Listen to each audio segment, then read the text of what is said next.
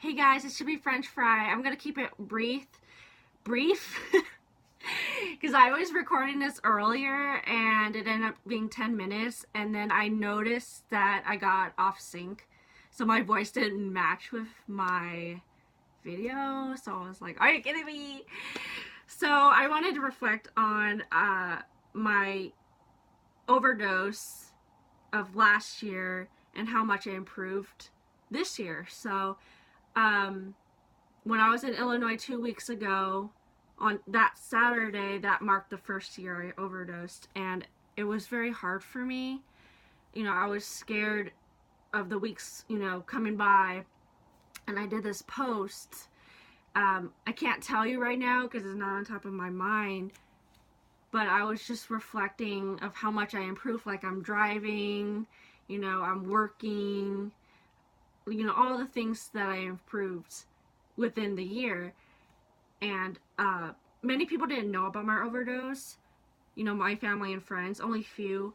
But I felt like I should have been honest with others because, there's people out there who are also struggling and may not, tell anyone, so they may feel alone. So I, put it out there, like, if you need help, I'm one of the people that could help you and be supportive, and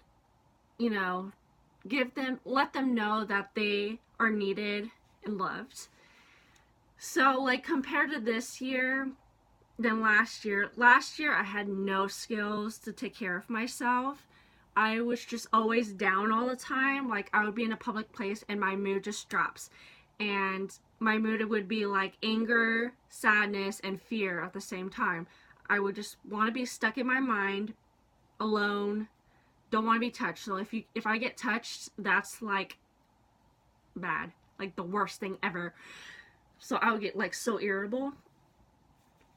And then after my overdose, I did outpatient, and it had to be there every day for so many hours, and that was kind of hard for me. But I still felt like I got some benefits from there because they taught me some skills like Dear Man, which I could explain, but I can't explain at the same time. It's kind of like describe, explain. No, describe and explain. I said emotion. I think it's action, reinforce, that kind of thing. And in DBT, which is, I can't tell you what the D is right now in my head, but it's like behavioral therapy. They have fast, and then they have, it's kind of like a Dear Man, but it's like either a fast or give. Give is more like, you're kind of like making the person, like, I know you did this and that, and, kind of like making them feel better, I guess, but also giving yourself some respect. But fast is like, you just tell them what you need and what wrongs happen or something like that. I'm not explaining it well, but that's how I can explain it right now. So yeah, I didn't learn fast and give until DBT, but I had all these skills, and I haven't trained that muscle in my mind, these skills yet. But like, I overdosed again in August, and I have a whole different video.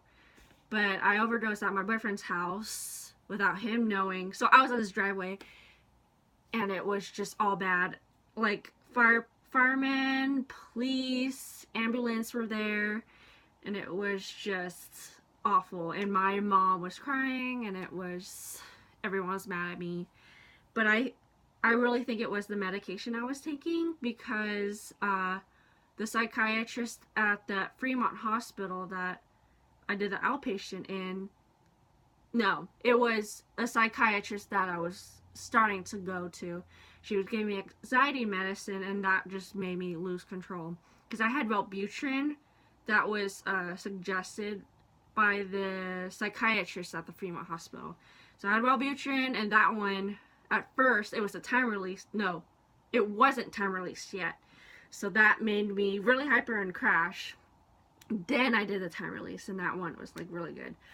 I mean, right now I'm pretty good. I was taking both Wellbutrin and Zoloft, but right now I just changed my medication, so I'm a little wacky.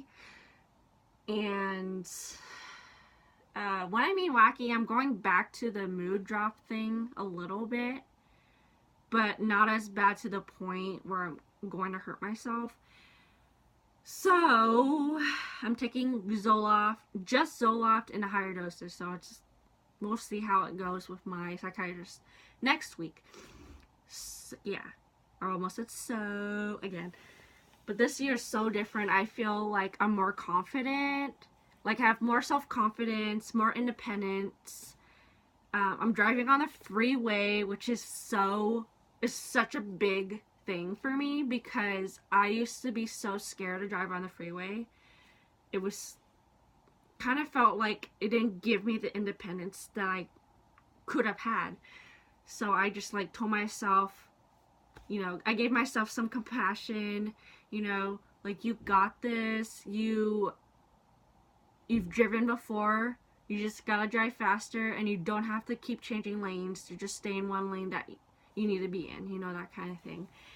And I'm just so glad like I have grown this much this year and so fast. I think it's fast.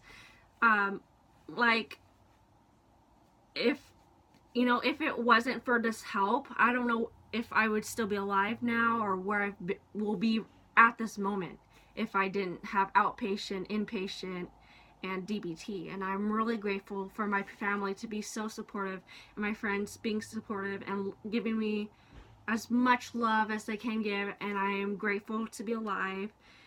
I don't know. I'm trying not to get emotional, but I just want to make this video not too long because, yeah.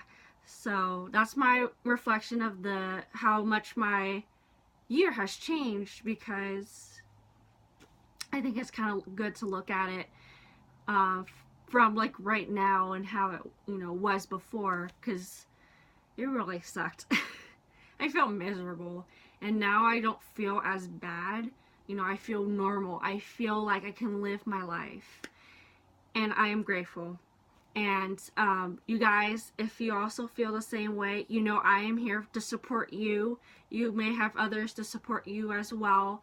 And never forget, you have people on your side. Thank you guys for watching, and see you guys next time. Bye.